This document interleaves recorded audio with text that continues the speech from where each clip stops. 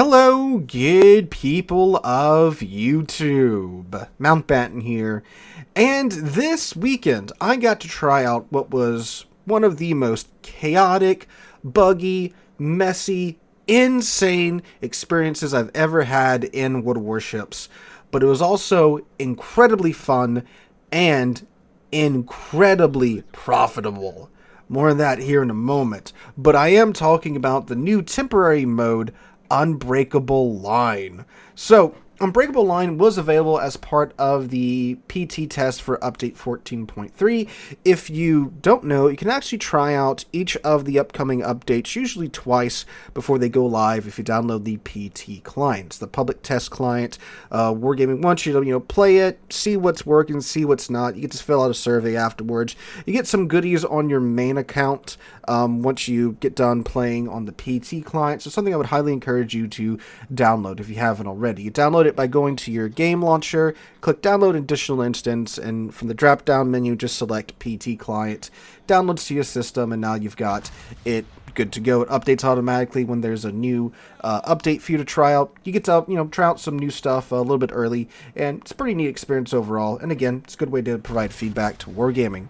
But anyway, so the Unbreakable Line, we played it quite a lot on this past Friday's live stream. I was originally only going to play it for like a round or two just to check it out, but we were having so much fun playing the mode, we wound up playing it for most of stream. So if you want to see, like an unfiltered look at that mode, check out the VOD for last Friday night's live stream. But if you want, a pretty short, simple explanation of what the mode is and my 2 cents on it, stick around for that.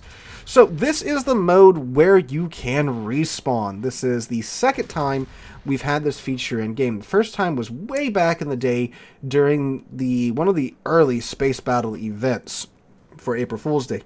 So we haven't had this since then, and it's been tweaked quite a bit since that space battle event from my memory. It's a ton of fun. So the format is 7v7 on tier 8 to 9 ships at the moment. No tier 10 ships, no super ships, but also no submarines and no carriers.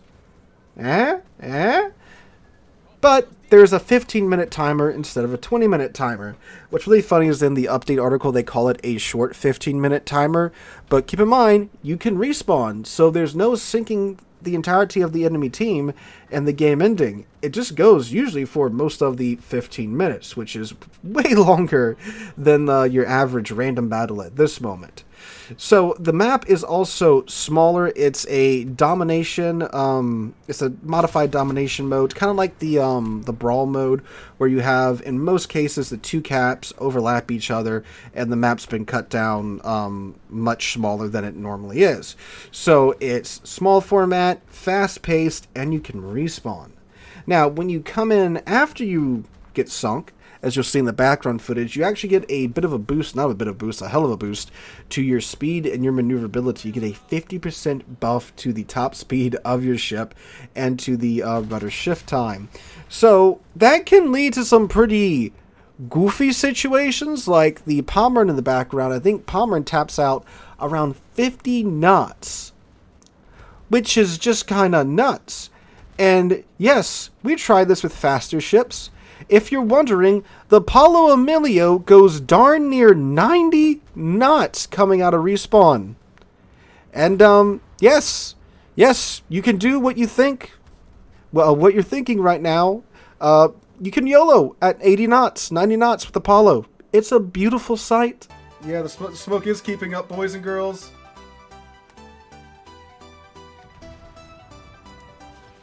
That was an 80 knot YOLO run, boys. Oh my god, this is amazing.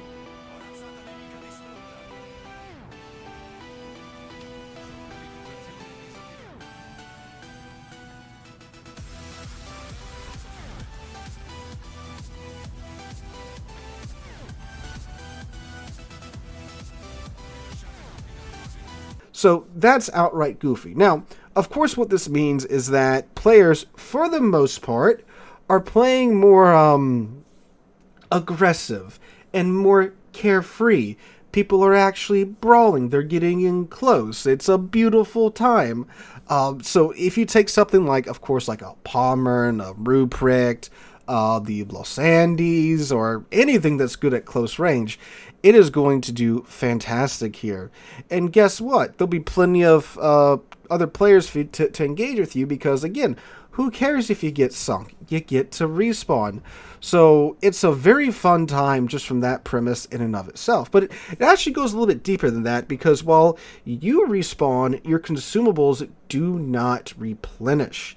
So when you get sunk, if you popped a heal or a hydro or whatever, you've used it and you don't get it when you come back. So you got to be a little bit more careful about when you use your consumables. You see some points in here that, you know, I pretty much, when I got below half health, I didn't use my heal anymore because it's kind of a waste, because unless it's going to extend my life quite greatly, it's not really worth using. And, well, I'm playing Palmer and smashing W 4 times and then forgetting I have an S key.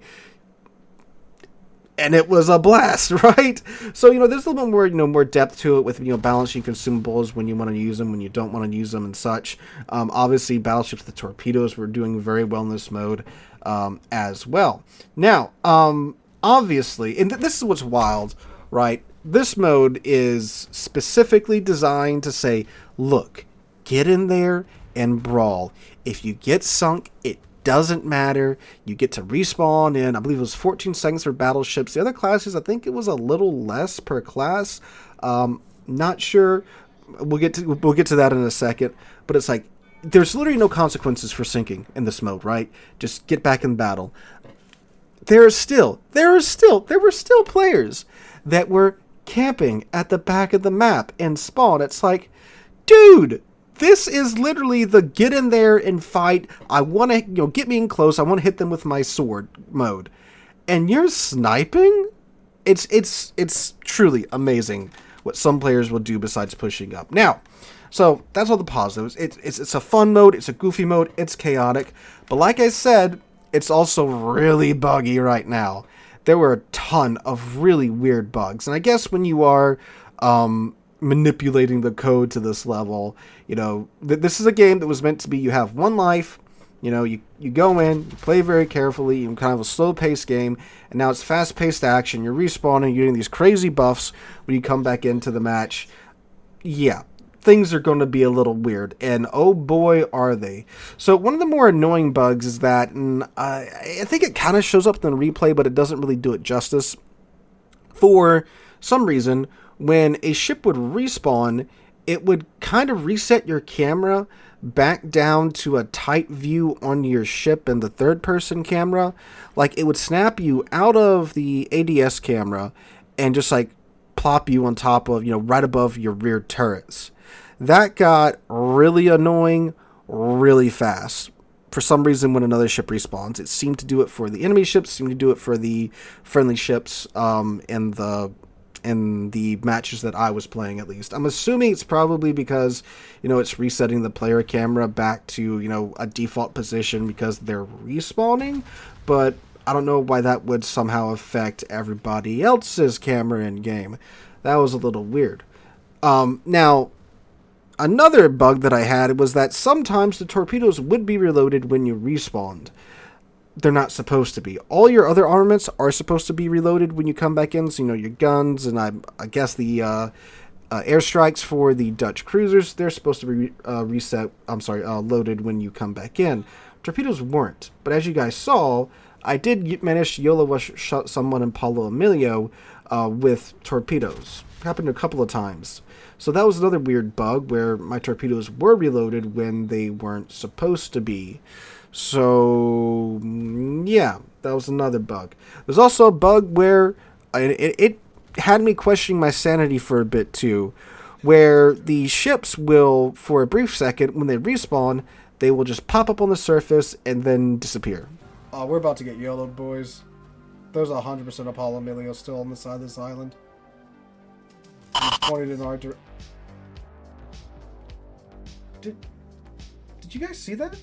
That was a little weird visual bug. I mean, obviously, you know, your ship is respawning, but it's kind of weird that like your sunken ship literally arises from the surface and then blasts off to the other side of the map.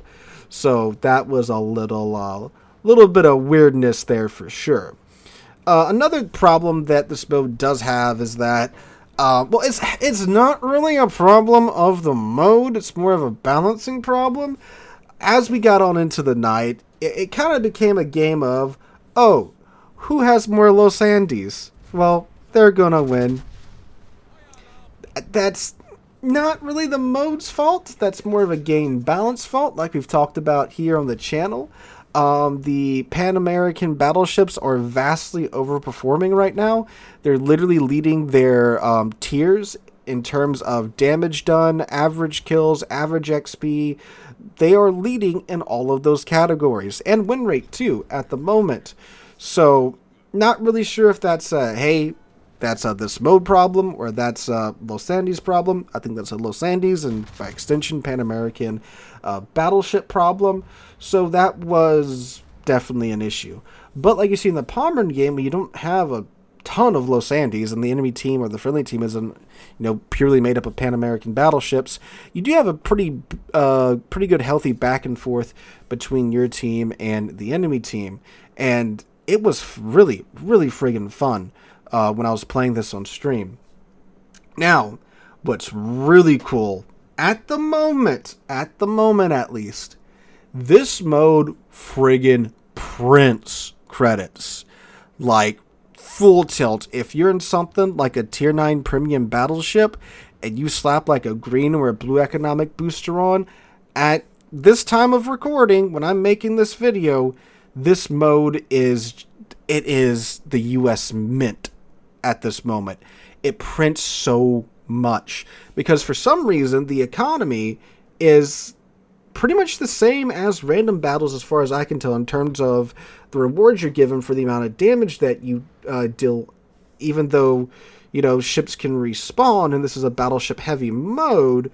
So for example, the match watching in the background, by the time I get to the end of it, I've got almost 400,000 damage done in Palmer.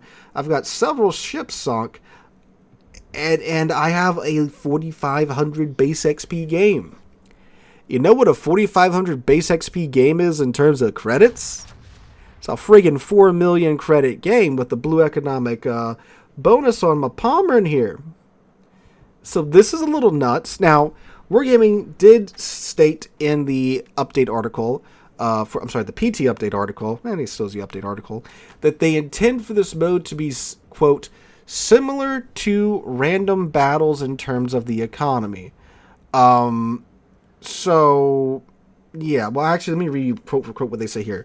The Unbreakable Line economics are subject to change during testing, but our aim is to bring them to the current level of random battles. Now, does that mean we want it to be, current level of random battles in terms of, like, what you're rewarded for doing? Meaning, you do 100,000 damage in random battles, you do 100,000 damage in Unbreakable Line, and you get the same amount of rewards? Or do they mean like, one round of the Unbreakable Line should be equivalent to what you would earn in one round of random battles? But obviously with, being fed battleships basically, that damage is going to be through the roof, and so are your rewards. Now, if their intention is to have this mode be, even similar to this level of economics, then boys, it's time to cash in your coal on some Palmers, because look at this. This is crazy. The economic income that I had in this mode playing ships like the Palmer and the Michelangelo, premium tier 9 ships that are great at brawling. That's insane. However, of course, we've seen from asymmetric battles that they are not afraid to nerf the economy to a more appropriate level, shall we say. But even then, like something like a Palmer with, a blue economic bonus on it is probably not going to have any problems easily clearing, a million plus credits around. So if they do try to bring it down to, the level of random battles, I think, again, ships like the Palmer will still be printing credits, no problem, in this mode. I mean, it still does in asymmetrics after all the nerf to the asymmetric economies, Palmer still, with a blue economic bonus on it, you can easily get mil plus per game in Palmer, sometimes even 2 mil, right? So even if they cut it in half of what it is right now, you know, you're still going to be making money in this mode with, again, ships like the Palmer. So it's fun. It's great in my opinion. The bugs do need to be ironed out. Obviously, that camera bug is friggin' annoying. Los Andes, the Libertad line, needs to catch some nerfs here pretty soon. I suspect they will be nerfed. Again, they are vastly overperforming for their tier right now, so they probably will be catching some nerfs in the future. Again, I'm not really sure that's a mode problem, with the Los Andes being the determining factor whether or not you win. It's a balancing factor for the individual ship, in my opinion. But it's looking like, guys, when 14.3 goes live, this is going to be a blast of a mode to play. You know, there's no consequences. You respawn, go in there, have fun, you know, eat your heart out. Secondary battleship players, right? It's a fun mode. Hopefully they'll iron out a lot of the bugs before it gets to the live client. We'll see in round 2 if they manage to fix that.